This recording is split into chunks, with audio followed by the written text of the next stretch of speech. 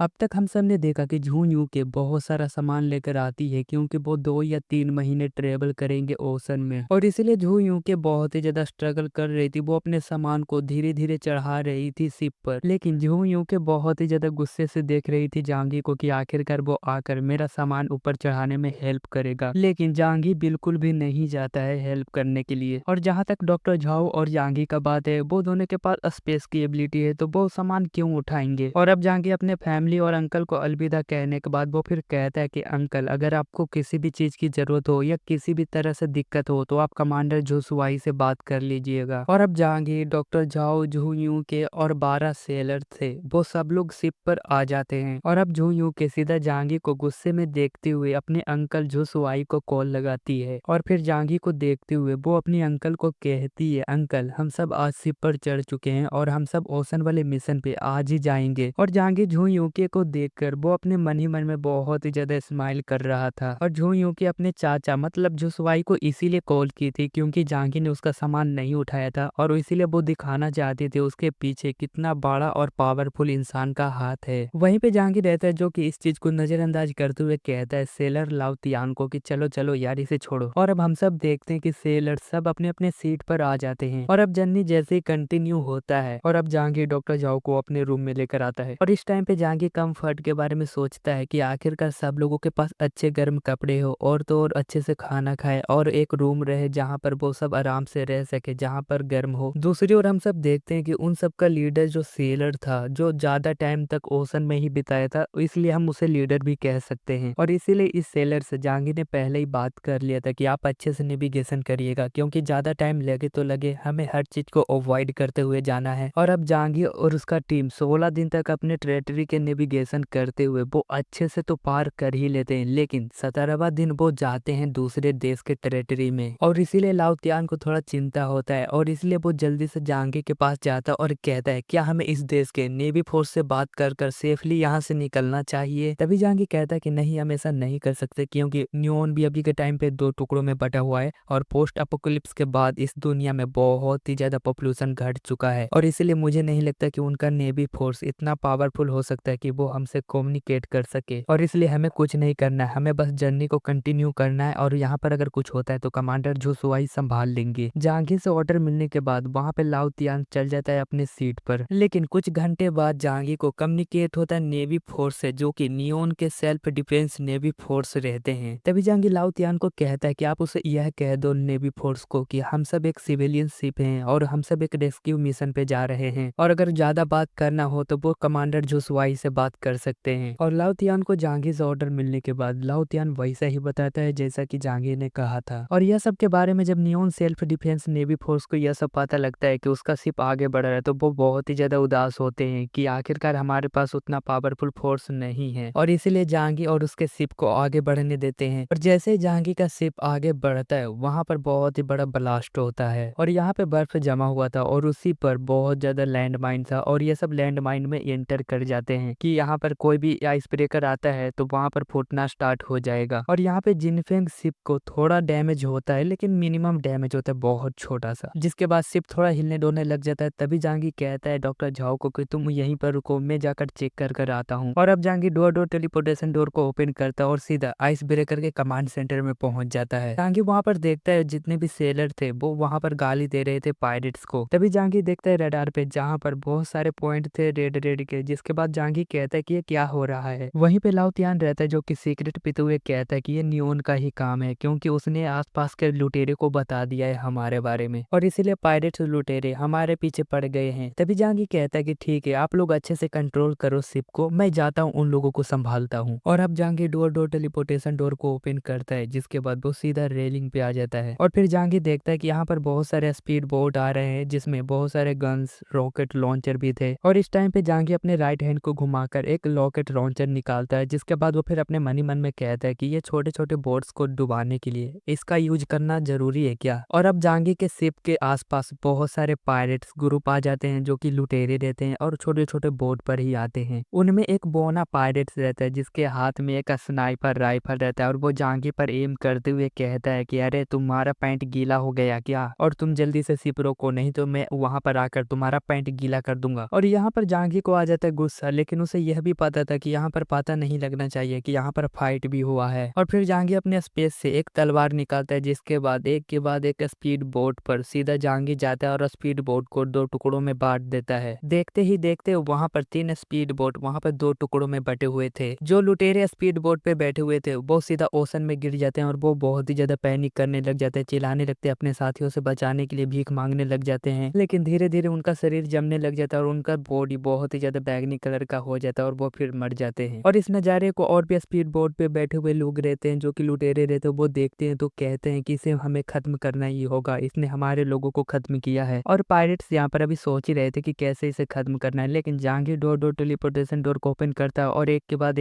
एक जहाज काटना स्टार्ट कर देता है और लोगों को भी खत्म करना स्टार्ट कर देता है। जो लुटेरे वहां पर बच गए थे वो सीधा ओशन में गिरकर सीधा बचाओ बचाओ चिल्ला रहे थे, लेकिन वहां पर वो सब जमकर खत्म हो जाते हैं और फिर ओशन के गहराई में चले जाते हैं। और इस नज़ारे को जब सेलर देखते हैं तो वो बहुत ही ज्यादा हैरान थे कि हमें गन चलाने का भी मौका नहीं मिला, लेकिन हमारे कैप्टन ने अकेले ही वहां पर उन दुश्मनों को खत्म कर दिया। और वहां पे झू यूं के देखते जहांगीर की एबिलिटी तो और भी ज्यादा शौक में थी कि आखिरकार हमें जितना बताया गया था जहांगीर सच में उतना पावरफुल है। इस टाइम पे जहांगीर अपने शिप पर आ जाता है, लेकिन झू यूं के सीधा अपने रूम में आती है और सीधा पोर्टल बॉल कम्युनिकेटर से सीधा कम्युनिकेट करती है कमांडर जोशुआई को और यहाँ जो कुछ भी हुआ उसके बारे में बताती है। दूसरी ओर हम सब देखते हैं कि जब कमांडर को यह सब पता लगता है वो थोड़ा सैड थे, लेकिन उन्हें पता था कि जहांगीर कितना पावरफुल है, उसके साथ वो रहेगी तो उसे कुछ नहीं होगा। तभी कमांडर जोशुआई कहते हैं कि मैंने तुम्हें जो काम सौंपा था तुमने वो काम किया, लेकिन झू यूं के बताते हैं कि वो अपनी गर्लफ्रेंड के साथ आया है और ऊपर से वो अपने रूम में ही खाना खाता है तो मुझे तो पूछता भी नहीं है। और यह सब सुनने के बाद कमांडर जोशुआई कहते हैं कि अगर ऐसा है तो तुम उसके साथ घूमो फिरो, तुम कोशिश तो करो उसके साथ। यह सब सुनने के बाद झू यूं के थोड़ा उदास हो जाती है और फिर झू यूं के सीधा अपना कैमरा ऑन करती है और अपने लेफ्ट एंड राइट साइड के चेहरों को देखती है और कहती है क्या मैं डॉक्टर झाओ से ज्यादा सुंदर नहीं दिखती हूँ, आखिरकार वो मुझे मनाने के लिए क्यों नहीं आता है। हालांकि खूबसूरती के मामले में यहाँ पर झू यूं के थोड़ा कम खूबसूरत है डॉक्टर झाओ से, लेकिन इसके अंदर भर भर के एटीट्यूड एंड गुस्सा इतना ज्यादा है कि कोई संभाल ही नहीं पाएगा इसको। जहाँ पे बहुत सारे पायरेट्स डूबकर मरे थे समुद्र के गहराई में, वहां से जिन फेंक मतलब कि जहांगीर जो शिप पर है वो शिप बहुत ही आगे निकल चुका था। दूसरी ओर हम सब देखते हैं कि जहांगीर ने जिस जगह पर बहुत सारे पायरेट्स को मारा था वहां पर एक पायरेट्स का ग्रुप आता है, वो भी एक लुटेरा ही रहता है, लेकिन इस शिप में पायरेट्स का जो लीडर रहता है वो इन सब बातों को बहुत ही गौर से और बहुत ही ध्यान से सोचकर कहता है कि जो हुआक्सू साम्राज्य से यहाँ पर एक आइस ब्रेकर आया था उसमें एक पावरफुल म्यूटेंट था जो कि बहुत ज्यादा था और उन लोगों के ही कारण हमारे यहाँ पर बहुत सारे साथी मारे गए। देखो आखिरकार देखो यहाँ पर कैसे उन सबका बॉडी तैर रहा है, लेकिन हम कुछ नहीं कर सकते क्योंकि हुआक्सू साम्राज्य बहुत ही ज्यादा पावरफुल है और उनके सामने हम कुछ भी नहीं है। और इस टाइम पे सब पायरेट्स आपस में बात कर रहे थे कि हम इसके पीछे नहीं जाएंगे। तभी एक पायरेट कहता है क्यों ना हम इस बारे में कोलंबिया सोल्जर को बता दे कि यहाँ से एक शिप जा रहा है। और अब यहाँ पर पायरेट्स का जो लीडर रहता है वो ऐसा ही करता है, वो कोलंबिया के सोल्जर को बता देता है कि यहाँ से एक आइस ब्रेकर आपकी ही ओर जा रहा है और वो हुआक्सू साम्राज्य का है, तो आप जो करना है आप उसके साथ कर सकते हैं। और अब हम लोगों को बताया जाता है कोलंबिया रोफ्लाई आइसलैंड के बारे में जहाँ पर 50,000 लोग रहते हैं और नियोन रोफ्लाई आइसलैंड पे ये सब 100 साल से भी ज्यादा रह चुके हैं। और पोस्ट अपोकलिप्स के बाद पूरी दुनिया में 90% लोग कम हो गए थे, लेकिन रोफ्लाई आइसलैंड पर बस कुछ ही लोग मरे थे जो कि बहुत ही ज्यादा गरीब थे, उन्हें खाना नहीं मिला था। और रोफ्लाई आइसलैंड पे इसीलिए इतने सारे लोग बच गए क्योंकि उन्होंने दूसरे देशों से बहुत अच्छे डील करके रखे थे कि तुम हमें भोजन दो मैं तुम्हारा साथ दूंगा। लेकिन पोस्ट अपोकलिप्स के बाद यहाँ पर दुनिया में बहुत सारे खाने की कमी होने लगे, जिसके बाद वो सब खाना नहीं पहुंचाने लगे और इसीलिए रोफ्लाई आइसलैंड के लोग यहाँ पर इंडिपेंडेंट मिलिट्री एंटिटी बन जाते हैं। और कोलंबिया ओशन का कमांडर इन चीफ और कोई नहीं बल्कि डगलस है और उसे सम्राट भी कहा जाता है। रोफ्लाई आइसलैंड के जो लोकल कर्नल थे उसका नाम है रोसेन और कर्नल रोसेन को भी यह पता लगता है कि यहाँ से कोई आइस ब्रेकर जाने वाला है जो कि हुआक्सू देश का है। तभी वहाँ पे एक स्टाफ रहता है, लेफ्टिनेंट उसका नाम रहता है, वो आगे बढ़ता है और कहता है कि आप उसे रोकना नहीं चाहेंगे। और इस टाइम पे कर्नल रोसेन अपने मन ही मन में सोचता है कि अगर हुआक्सू देश का ये शिप है, अगर मैं इसे बीच समुद्र में रोक देता हूँ तो बहुत बड़ा लड़ाई शुरू हो सकता है और हो सकता है कि हुआक्सू देश हमें एक ही बार में टपका दे। और कर्नल रोसेन यह सब बहुत टाइम तक सोचता है, जिसके बाद वो फिर कहता है कि देखो इस पे ज्यादा ध्यान मत दो, मुझे लगता है कि ये सिविलियन शिप है और इसीलिए उन्हें जाने दो, अगर कुछ भी गड़बड़ करते हैं तो तुम मुझे आकर रिपोर्ट करो। तभी लेफ्टिनेंट कहता है कि ठीक है कर्नल,